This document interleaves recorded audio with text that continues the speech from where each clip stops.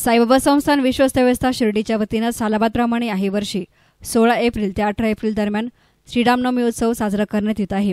रामनवमी उत्सवाच्या पार्श्वभूमीवर मुंबई येथील द्वारकामाई मंडळाच्या वतीनं आकर्षक विद्युत रोषणाई आणि 4 नंबर प्रवेशद्वाराच्या आतील बाजूस श्रीराम प्रभूंचा भव्य काल्पनिक देखावा उभारण्यात आला आहे। बेंगळुरू येथील दानशूर साईभक्त व्यंकटेश सुब्रमण्यम यांच्या देणगीतून आकर्षक फुलांची सजावट करण्यात आली आहे।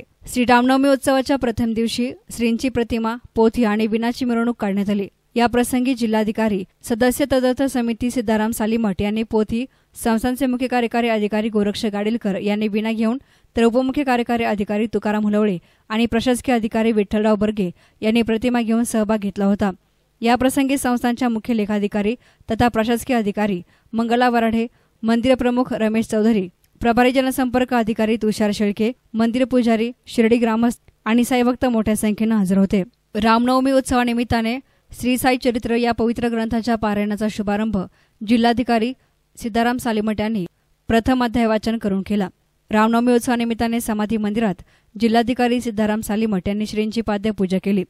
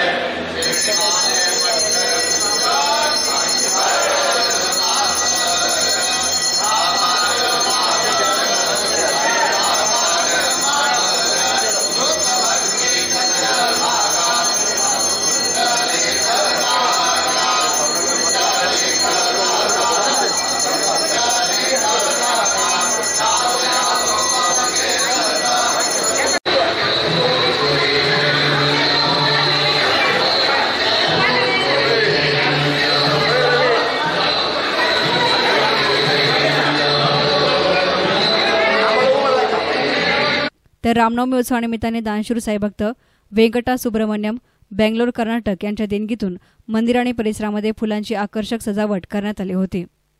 एसनान मीडियासाठी कॅमेरा पर्सन साई सुराळे, शिर्डी।